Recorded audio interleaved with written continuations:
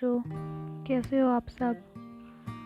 आज हम क्लास 6 का साइंस का चैप्टर करने जा रहे हैं, चैप्टर नंबर 1, जिसका नाम है कंपोनेंट्स ऑफ फूड।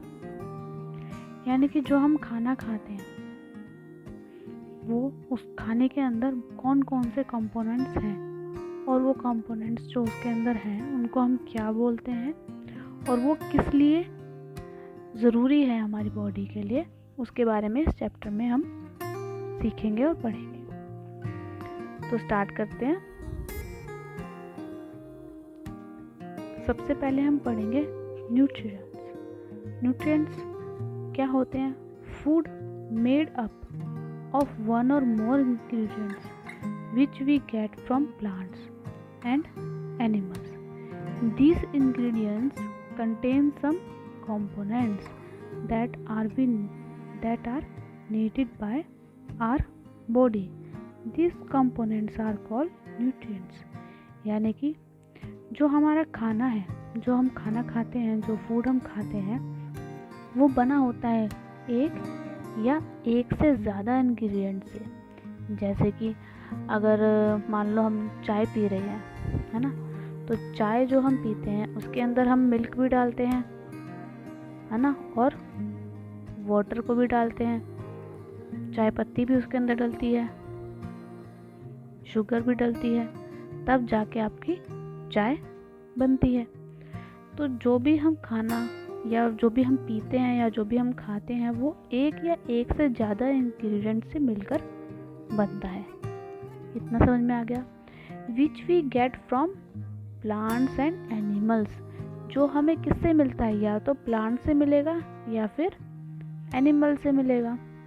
जो इंग्रेडिएंट्स हम फूड के लिए यूज़ करते हैं या फूड बनाने के लिए यूज़ करते हैं वो इंग्रेडिएंट्स हमें या तो प्लांट से मिलते हैं या फिर हमें एनिमल से मिलते हैं। These ingredients contain some components. और जो ये इंग्रेडिएंट्स होते हैं जो हमें एनिमल या प्लांट से मिलते हैं, इनके कुछ कंपोनेंट्स होते हैं जिसकी हमें हमारे शरीर को, हमारी बॉडी को जिसकी क्या होती है, ज़रूरत होती है इन कंपोनेंट्स की, जो इन इंग्रेडिएंट्स के अंदर होते हैं। और जो ये कंपोनेंट्स होते हैं इसी को हम क्या कहते हैं? न्यूट्रिएंट्स। ठीक है, आगे बढ़ते हैं। अब न्यूट्रिएंट्स इन आवर फूड। हमारे खाने के अंदर कौन कौन से न्यूट्रिएंट्स होते हैं? तो पहला होता है कार्बोहाइड्रेट। ठीक है, दूसरा नाम है प्रोटीन, तीसरा फैट्स, चौथा विटामिन्स और पांचवा मिनरल्स। ये सारे क्या हैं? कंपोनेंट्स हैं। ठीक है, अब आगे इसके अलावा इसके अलावा भी कुछ न्यूट्रिएंट्स होते हैं। कौन कौन से? पहला होता है हमारा डाइटरी फाइबर्स, दूसरा वाटर, इनकी भी हमारे शरीर को क्या होती है? ज़रूरत होती है। आगे हम इसके बारे में 1 बाय 1 पढ़ेंगे। सबसे पहले हम पढ़ने वाले हैं कार्बोहाइड्रेट के बारे में। तो कार्बोहाइड्रेट क्या है?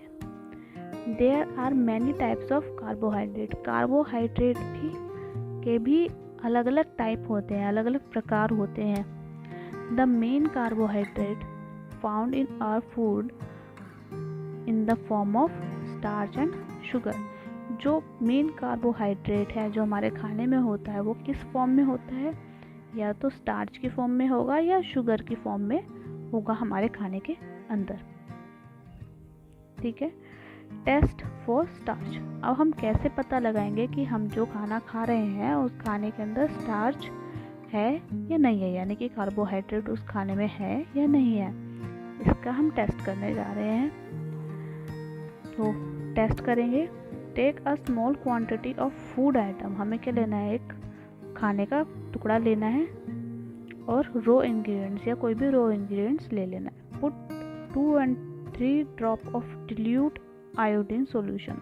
उसमें क्या करना है, 2 से 3 ड्रॉप क्या करना है, डिल्यूट आयोडीन का सॉल्यूशन उसके अंदर डालना है, जैसा कि इस फिगर 1.1 में दिखाया गया है। बच्चे आयोडीन की ड्रॉप्स डाल रहे हैं, किस पे, पोटैटो के ऊपर डाल रहे हैं। Observe it, there is any change in the colour of the food item. और आपको अब ऑब्जर्व करना है कि क्या जो फूड आइटम आपने लिया है, क्या उसके कलर में कोई चेंज आ रहा है या नहीं आ रहा।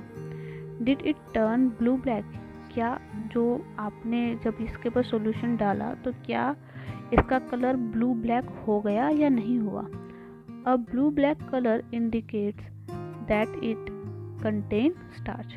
और अगर इसका कलर ब्लू ब्लैक हो जाता है जिस पर आप आयोडीन की ड्रॉप्स डाल रहे हो, अगर उस फूड आइटम का या इंग्रेडिएंट्स का कलर ब्लू ब्लैक हो जाता है, तो वो इंडिकेट करता है, वो बताता है कि जो ये खाना है उसके अंदर क्या है, स्टार्च है। ठीक है, आगे पढ़ते हैं। Test for protein. अब हम प्रोटीन का टेस्ट करने जा रहे हैं। कार्बोहाइड्रेट का तो हमने टेस्ट कर लिया कि फूड के अंदर है कार्बोहाइड्रेट या नहीं है। अब हम चेक करेंगे कि खाने के अंदर प्रोटीन है या नहीं है, उसका टेस्ट करेंगे।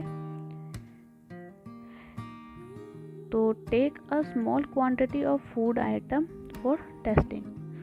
तो आपको खाने का कोई आइटम ले लेना है, स्मॉल क्वांटिटी लेनी है, छोटी सी, ज़्यादा नहीं लेनी, थोड़ी सी क्वांटिटी आपको लेनी है टेस्ट करने के लिए। If the food you want to test is solid, अगर जो आपने फूड आइटम लिया है टेस्ट करने के लिए, अगर वो सॉलिड है, you first need to make a paste of it. तो आपको सबसे पहले क्या करना है, उसका पेस्ट बना लेना है या फिर उसका पाउडर उसको बना लेना है। ग्राइंड और mash a small quantity of the food item, उसको ग्राइंड या मैश कर लीजिए, स्मॉल क्वांटिटी उसकी उस फूड आइटम की बना लीजिए। Put some of this in a clean test tube, और उसमें से थोड़ा सा आपको क्लीन टेस्ट ट्यूब के अंदर, यानी कि साफ टेस्ट ट्यूब होगी, उसके अंदर, जैसे इस बच्चे ने पकड़ रखी है, फोटो में आप देखेंगे तो इस बच्चे ने एक टेस्ट ट्यूब पकड़ रखी है, उस टेस्ट ट्यूब के अंदर इसने पेस्ट, जो भी आपने पेस्ट या पाउडर या कुछ भी मैश करके जो स्मॉल क्वांटिटी ली है आपने खाने की, वो उस टेस्ट ट्यूब के अंदर डाल ली है। अब उसमें ऐड करना है आपको 10 drop of water to it, उसके अंदर 10 बूंदे आप पानी की डाल दीजिए। And shake the test tube, और उसके बाद आपको टेस्ट ट्यूब को अच्छे से शेक कर लेना है। नाउ अब आपको यूजिंग अ ड्रॉपर, ये जो बच्चे ने देखो आप पकड़ा हुआ है ना हाथ में, ये ड्रॉपर है, ठीक है। इससे हम जो लिक्विड होता है उसकी बूंदों को डालते हैं टेस्ट ट्यूब के अंदर या किसी भी चीज़ के अंदर। अगर आपको बूंदे काउंट करके डालनी है तो इस ड्रॉपर की हेल्प से आप डालते हैं। And add 2 drops of solution of copper sulphate, और आपको 2 ड्रॉप डालनी है, किसकी डालनी है, solution of copper sulphate. Copper sulphate की आपको 2 ड्रॉप्स इसके अंदर डालनी है with helping dropper. And 10 drop of solution of caustic soda, और उसके बाद आपको 10 ड्रॉप किसकी डालनी है, कास्टिक सोडा की डालनी है टू द टेस्ट ट्यूब के अंदर, जैसा कि फिगर 1.2 में दिखाया गया है। इसमें कास्टिक सोडा और कॉपर सल्फेट दोनों की कुछ बूंदे इसमें डाली गई हैं। शेक वेल, उसके बाद आपको उसको अच्छे से शेक करना है। And let the test tube stand for a few minutes, उसके बाद टेस्ट ट्यूब को साइड में रख देना है कुछ समय के लिए। A violet colour indicate presence of protein in the food item, अगर ये जो टेस्ट ट्यूब के अंदर जो आपने आइटम डाला है, अगर इसका कलर वायलेट हो जाता है, तो ये क्या इंडिकेट करता है कि इस फूड आइटम के अंदर क्या है, प्रोटीन अवेलेबल है। ठीक है, आगे करते हैं। Test for fat. अब हम चेक करेंगे कि खाने के अंदर फैट है या नहीं है। अब फैट क्या होता है? फैट होता है जैसे कोई भी ऑयली चीज़ हो जाती है, ठीक है, चिकनी, उसको हम कहते हैं ये फैटी है, यानी कि इसके अंदर फैट है। तो इसका टेस्ट करेंगे हम। Take a small quantity of food item. सबसे पहले तो आपको फूड आइटम की थोड़ी सी क्वांटिटी ले लेनी है। Wrap it in a piece of paper और क्रश इट। उसके बाद आपको क्या करना है, जो पेपर आप लेंगे उस पेपर के ऊपर इस फूड आइटम को रख लेना है और उसके बाद इसको क्या करना है, रैप कर देना है। इस पेपर को फोल्ड कर लेना है दूसरे पेपर के ऊपर, और उसके बाद जब आप फोल्ड कर लेंगे उसके बाद उसको क्रश करना है, यानी कि उसको तोड़ना है। ठीक है, अपने हाथ की मदद से या फिर हैमर की मदद से, किसी की मदद से आप जो ये फूड होगा जो आपने रैप कर लिया है कागज़ के अंदर, उसको क्रश करना है। टेक केयर, इस बात का आपको ध्यान रखना है कि that the paper does not tear, कि जो आप पेपर आप यूज़ कर रहे हैं क्रश करने के लिए वो फटना नहीं चाहिए। Now straighten the paper. उसके बाद आपको इसको क्या करना है, जो आपने फोल्ड किया था इस पेपर को वापस से खोलना है, स्ट्रेट करना है एंड ऑब्जर्व इट केयरफुली। और उसके बाद उस पेपर को ऑब्जर्व करना है, देखना है ध्यान से। Does it have a oily patch, क्या इस पेपर के ऊपर कुछ ऑयली पैच आया है, यानी कुछ ऑयली सा आपको उसके ऊपर दिख रहा है कि कुछ लग गया है। कभी आप ध्यान से देखना, कई बार शायद आपके साथ हुआ भी हो बच्चों, कि जब हम खाना खाते हैं या खाने का टिफ़िन लेके जाते हैं स्कूल में, तो कभी होता है हम खाना जब लेके जा रहे हैं तो उसमें से ऑयल जो होता है वो थोड़ा सा निकल जाता है लंच बॉक्स में से बाहर। तो कभी वो हमारी कॉपी पे या बुक पे अगर थोड़ा सा भी लग जाता है तो वहाँ पर आपका निशान सा छूट जाता है, एक ऑयली सा पैच पड़ जाता है, वहाँ पे निशान पड़ जाता है, उसी पैच की ये बात कर रहे हैं। Hold the paper against light. उसके बाद अगर आप इस पेपर को, जिस पैच पड़ा है उस पेपर को अगर आप लाइट पे लेके जाते हैं, are you able to see a light faintly, तो आप देखेंगे कि उस पेपर में से, जिस पेपर पे पैच पड़ा हुआ है, उस पैच में से हल्की सी लाइट आ रही है, आपको उसमें से हल्की सी रोशनी दिखेगी। जब आप उसको पेपर को लाइट पे लेके जाओगे, लाइट के पास लेके जाओगे, तो आपको लगेगा कि वो जो ऑयली सा पैच है वो शाइन कर रहा है, उसमें से कुछ रोशनी सी आ रही है। ठीक है, through this patch an oily patch on paper show that the food item contain fat. और ये जो ऑयली पैच आपका पेपर के ऊपर जो पड़ गया है, ये आपको बताता है कि इस फूड आइटम में क्या है, फैट है। आपको एक बात इसमें ध्यान रखनी है कि कभी कभी क्या होता है, जो खाना होता है, जो फूड आइटम होता है, उसके अंदर क्या होता है, वाटर भी होता है। जैसे कि आप खीरा समझ लो, तो जो खीरा है वो अपने अंदर कंटेन करा हुआ है पहले से ही वाटर को, तो उसके अंदर पहले से क्या है, पानी है। हो सकता है जब हमने खीरे का एक टुकड़ा पेपर पे रखा और उसको क्रश किया या उसको तोड़ा, तो उसका जो वाटर है वो पेपर पे लग गया और हमें लग रहा है कि वो क्या है, फैट है, क्योंकि हमें तो पता नहीं, हमें तो लग रहा है वो पैच जो पड़ा है वो ऑयल का है, लेकिन वो एक्चुअली में किस चीज़ का है, वो है वाटर का, जो आपके खीरे के अंदर पहले से एब्जॉर्ब है। तो आपको क्या करना है, ऐसे में थोड़ी देर तक लेकर, मतलब पेपर को थोड़ी देर तक रखना है, कुछ टाइम तक के लिए रखना है। अगर वो वाटर हुआ तो वो क्या हो जाएगा, थोड़ी देर में डिसअपियर हो जाएगा, गायब हो जाएगा, एब्जॉर्ब हो जाएगा या वेपर हो जाएगा। तो अगर वो पानी हुआ, वाटर हुआ, जैसा कि इसमें आपको डायग्राम में इस पेपर में दिखाया हुआ है कि इस पेपर में जो ये पानी, ये जो पैच पड़ा हुआ है, ये किसका है, वाटर का, वाटर ड्रॉप है। तो अगर वाटर होगा वो थोड़ी देर में क्या हो जाएगा, ख़त्म हो जाएगा। लेकिन अगर वो ऑयली ड्रॉप है, अगर वो ऑयल का पैच पड़ा है, तो वो निशान वहाँ पे पड़ा ही रहेगा, वो चाहे आप थोड़ी देर रखो, चाहे ज़्यादा देर तक रखो, वो हटेगा नहीं, हटेगा बिल्कुल भी नहीं। तो नेक्स्ट हम आगे बढ़ते हैं, अगर आपको ये समझ में आ गया, आगे बढ़ते हैं। आगे हम पढ़ेंगे various nutrients do for our body.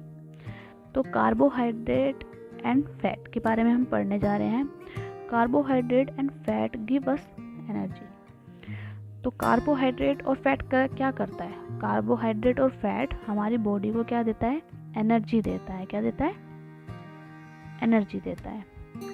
In fact actually में जो फैट है give much more energy as compare to the same amount of carbohydrate. ये क्या बोल रहा है? ये बोल रहा है कि कार्बोहाइड्रेट और फैट देते दोनों ही क्या है? हमारी बॉडी को एनर्जी देते हैं, लेकिन जो फैट है वो उसका जो अमाउंट है सेम अमाउंट जो कार्बोहाइड्रेट का अमाउंट है, दोनों का सेम अमाउंट है, लेकिन जो फैट है वो हमें ज़्यादा एनर्जी देता है एज़ कंपेयर टू कार्बोहाइड्रेट। मैं आपको समझाती हूँ अगर समझ में नहीं आया। मान लो आपने ये छोटा सा टुकड़ा आपने लिया कार्बोहाइड्रेट का, ठीक है, और यही सेम टुकड़ा मतलब उतनी ही चौड़ाई, उतनी ही ऊंचाई, उतनी ही लंबाई, सेम टुकड़ा आपने लिया किसका? फैट का, ठीक है। सेम लेना है बिल्कुल, ना उससे छोटा होना चाहिए ना उससे बड़ा होना चाहिए, सेम क्वांटिटी होनी चाहिए। मान लो अगर ये आपने 5 ग्राम का टुकड़ा लिया तो ये भी 5 ग्राम का ही टुकड़ा होगा, ठीक है, सेम क्वांटिटी है। लेकिन जितनी एनर्जी आपको इससे मिलेगी, जितनी एनर्जी आपको कार्बोहाइड्रेट से मिलेगी, जितनी एनर्जी आपको कार्बोहाइड्रेट से मिलेगी, उससे ज़्यादा एनर्जी आपको मिलेगी फैट से। तो इसका मतलब क्या है? क्या हमें फ़ैट खाना चाहिए ज़्यादा? कि हमें ज़्यादा एनर्जी चाहिए तो हमें फैटी चीज़ खानी चाहिए, हमें समोसा खाना चाहिए, है ना, हमें तली हुई चीज़ें, पकोड़े शकोड़े ये सब खाने चाहिए ताकि हमें ज़्यादा एनर्जी मिले? नहीं, ज़्यादा फैट खाने से हमें ज़्यादा बीमारियां लगती हैं। तो फैट खाना क्या है? बीमारियों को न्योता देने के बराबर है। तो इसलिए एनर्जी की इसमें कि हमें एनर्जी ज़्यादा मिले तो हम फैट ज़्यादा लें, ये चीज़ ऐसी नहीं होनी चाहिए। हमें कार्बोहाइड्रेट लेना चाहिए बजाय किसके? फैट के। फूड कंटेन फैट, वो फूड जो फैट को या फिर कार्बोहाइड्रेट को अपने अंदर लिए है, कंटेन किए हुए, are called energy giving food. उनको हम क्या कहते हैं? एनर्जी गिविंग फूड कहते हैं। क्यों? क्योंकि वो हमें क्या देता है? एनर्जी दे रहा है, इसलिए हम उसे एनर्जी गिविंग फूड कहेंगे उन फूड्स को जिसके अंदर कार्बोहाइड्रेट या फैट है। आगे प्रोटीन्स। अब प्रोटीन क्या करता है? Protein are needed for the growth. अब प्रोटीन की ज़रूरत क्यों है? हम कहते हैं ना, हमारी मम्मियाँ कहते हैं कि बच्चों खाना खाओ, इसके अंदर प्रोटीन्स है जिससे आपकी ग्रोथ होगी। तो वो ऐसे ही नहीं बोलते हैं। तो जो प्रोटीन होता है वो क्या करता है? हमारी बॉडी के लिए ज़रूरी है। किसके लिए? ग्रोथ के लिए। हमारी बॉडी की ग्रोथ के लिए ज़रूरी है ताकि हम बढ़े। And repair for our body. और हमारी बॉडी को क्या करता है? रिपेयर भी करता है। मान लो हमें कहीं चोट लग गई या कुछ अंदर से कोई टूट फूट हो गया हमारी बॉडी के अंदर, तो हमारी बॉडी को रिपेयर भी करता है कौन? प्रोटीन। तो इसलिए हमें प्रोटीन की ज़रूरत होती है।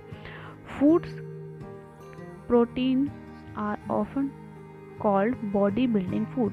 और वो फूड जिसके अंदर प्रोटीन्स होते हैं उसको उस खाने को हम क्या बोलते हैं? मतलब उस प्रोटीन को हम क्या बोलते हैं? Body building food. क्योंकि वो हमारी बॉडी को बिल्ड कर रहा है, ठीक है, उसकी ग्रोथ कर रहा है हमारी बॉडी की, और हमारी बॉडी को रिपेयर कर रहा है। तो इसलिए हम इसे बोलते हैं बॉडी बिल्डिंग फूड। आगे vitamins. Vitamins help in protecting our body against disease. अब विटामिन्स की ज़रूरत होती है हमारे शरीर को किसके लिए? डिजीज़ से बचने के लिए, अगेंस्ट डिजीज़। तो डिजीज़ यानी बीमारियों से बचने के लिए हमारे शरीर को विटामिन्स की हेल्प की ज़रूरत होती है। Vitamins also help in keeping our eyes, bone, teeth and gum healthy. और विटामिन्स हेल्प करता है हमारी बॉडी की आइज बोन्स को, टीथ को, गम्स को क्या रखने में, हेल्थी रखने में हमारे बॉडी की, हमारे शरीर की मदद करता है विटामिन्स। अब vitamin, different kinds of vitamins, जो विटामिन्स होते हैं वो अलग अलग तरीके के होते हैं। पहला हो गया vitamin A, vitamin C, vitamin D and vitamin E and K. अब जो विटामिन ए होता है वो keep our skin and eyes healthy, वो क्या रखता है, हमारी स्किन को, हमारी त्वचा को और हमारी आईज को हेल्दी रखता है vitamin A. Vitamin C help body to fight against many disease. Vitamin C क्या करता है, हेल्प करता है हमारी बॉडी की डिजीज़ से, बहुत सारी अलग अलग तरीके की बीमारियों से लड़ने में हमारी बॉडी की हेल्प करता है vitamin C. Vitamin D, vitamin D help our body to use calcium for bones and teeth. अब विटामिन डी हेल्प करता है टू यूज़ कैल्शियम, कैल्शियम का यूज़ करता है फॉर बोन्स, बोन के लिए और दांतों के लिए कैल्शियम का यूज़ करने में हमारी बॉडी की हेल्प करता है विटामिन डी। अब हमने पढ़ा था डाइटरी फाइबर्स के बारे में, तो अब हम बात जानेंगे कि ये डाइटरी फाइबर्स होता क्या है। Dietary fibres also known as roughage, ठीक है। Roughage is mainly provide by plants product in our food. अब ये क्या है डाइटरी फाइबर, ये हमें प्लांट से मिलता है, ठीक है, प्लांट्स प्रोडक्ट होता है इन आवर फूड, जो हमारे खाने में होता है। Whole grain and pulses, potatoes, fresh fruits and vegetables are main source of roughage. ये सब सोर्स हैं रोज के। अब जो ये रोज होता है does not provide any nutrients in our body, हमारे बॉडी को कोई भी न्यूट्रिएंट्स नहीं पहुंचाता, कोई भी न्यूट्रिएंट्स नहीं होता इसके अंदर, लेकिन फिर भी हमारे बॉडी के लिए ज़रूरी होता है। क्यों? But it an essential component for our body, हमारे बॉडी के लिए बहुत ज़रूरी है। And add its bulk this help our body to get rid for undigested food. अभी हमारे बॉडी के लिए क्यों ज़रूरी है ये, इसके अंदर क्या होता है, बहुत इसेंशियल होता है ये हमारे बॉडी के लिए। क्यों? क्योंकि हमारी बॉडी को जो अनडाइजेस्टेड फूड है हमारी बॉडी के अंदर, उनको क्या कहते हैं, रिड करने में, उनको पचाने में, उनको बाहर निकालने में, उनको हमारी बॉडी की क्या करता है, हेल्प करता है। आगे पढ़ेंगे बैलेंस डाइट। बैलेंस डाइट क्या है? For growth and maintenance for good health, हमारी शरीर की ग्रोथ को बनाए रखने के लिए और हमारी हेल्थ को बनाए रखने के लिए, मेंटेनेंस के लिए, our diet should have all the nutrients. तो हमारी डाइट में क्या होने चाहिए? सारे तरीके के न्यूट्रिएंट्स होने चाहिए। Dietary fibres, vitamins, fat, carbohydrate, protein सब होने चाहिए। दैट आवर बॉडी नीड, जिसकी हमारी बॉडी को क्या होती है, ज़रूरत होती है। इन राइट क्वांटिटी, और उसकी राइट क्वांटिटी होनी चाहिए, ना ज़्यादा होना चाहिए और ना ही कम होना चाहिए। Not too much of one और and not too much of the other, ना कम ना ज़्यादा। The diet should also contain a good amount of roughage and water, और उसमें रोएज जो डाइटरी फाइबर्स हैं और वाटर, इन दोनों की क्वांटिटी भी होनी चाहिए, गुड क्वांटिटी, गुड अमाउंट भी होना चाहिए। Such a diet is called a balance diet, और ऐसी डाइट को ही हम क्या कहते हैं, बैलेंस डाइट कहते हैं। अगर पेपर में कभी भी आ जाए बैलेंस डाइट क्या है बताओ, तो आप ये पूरा उसके अंदर लिख सकते हो। जो इस वीडियो में जो भी मैं आपको बता रही हूँ ना, पॉइंट टू पॉइंट बता रही हूँ, ज़्यादा खींच नहीं रही हूँ, पॉइंट टू पॉइंट मैंने लिखा हुआ है आपके लिए, ताकि अगर कोई क्वेश्चन आ जाए तो आप सेम जो वीडियो के अंदर लिखा हुआ है मैंने, सेम आप एज इट इज़ वहाँ पे लिख सकते हैं। नेक्स्ट, ये हमारे बुक का लास्ट टॉपिक है, डिफिशिएंसी डिसीज। अब डिफिशिएंसी होता क्या है? What is deficiency? Sometimes the food may not contain particular nutrients. अब कभी कभी क्या होता है, जो हम खाना खाते हैं उसके अंदर वो न्यूट्रिएंट्स नहीं है जो हमारी बॉडी को चाहिए। जैसे मान लो हमने कोई चीज़ खाई, कोई फूड खाया, उस फूड के अंदर एक मान लो प्रोटीन की मात्रा ज़्यादा है, प्रोटीन ज़्यादा है उसके, लेकिन विटामिन्स की कमी है और हम ज़्यादा वही फूड खा रहे हैं, तो धीरे धीरे करके क्या होगा, हमारे अंदर प्रोटीन की मात्रा ज़्यादा हो जाएगी और विटामिन्स की कम हो जाएगी, है ना। क्योंकि विटामिन्स हम खा ही नहीं रहे हैं, उस फूड के अंदर विटामिन्स है ही नहीं, प्रोटीन ही प्रोटीन है, तो हम प्रोटीन ही खाए जा रहे हैं, तो हमारे अंदर विटामिन्स की कमी हो जाएगी। If this continuous over a long period of time, अगर ये ज़्यादा समय तक चलता रहा, ऐसा ही है कि हम एक ही चीज़ ज़्यादा खाए जा रहे हैं और दूसरी चीज़ को नहीं खा रहे हैं, द पर्सन में सफ़र फ्रॉम इट्स डिफिशेंसी। तो कुछ समय के बाद क्या होगा, वो जो पर्सन होगा वो सफ़र करेगा उस डिफिशेंसी से, यानी कि उसको विटामिन्स की उसके बॉडी के अंदर कमी हो जाएगी। और आपको पढ़ाया ही है मैंने कि विटामिन्स कितना ज़रूरी होता है हमारे स्किन के लिए, हमारी टीथ के लिए, हमारे आइज़ के लिए विटामिन्स बहुत ज़रूरी होता है ना। डिसीज़ से लड़ने के लिए भी विटामिन्स की ज़रूरत है। तो विटामिन्स की कमी से क्या होगा, डिफिशेंसी हो जाएगी हमारे अंदर, उस विटामिन्स की कमी हो जाएगी। डिफिशेंसी का मतलब यही है कि पर्टिकुलर चीज़ की हमारे बॉडी के अंदर कमी का हो जाना, तो उसे हम डिफिशेंसी कहते हैं।